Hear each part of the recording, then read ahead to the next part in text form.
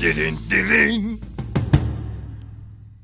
در آن دوران الان میفهمید چرا اوف بر تو ای وی. برای خیش متاسفم که سخنهای تو را باور می نمودم. پیرمرد فلان شدیوه. از چه روی بر من حملات لفظی می نمایید؟ ما گمان می کردیم که تو تجمل ناگرایی، حالان که چون مردمان در شیشه کرده تجمل باگرایی. پیرمرد فلان شده بورژواییوه. چه میگویید برای خود؟ من چه نمودم؟ ادعای زندگی ساده کنی اما فرش دستباف زیر پا اندازی.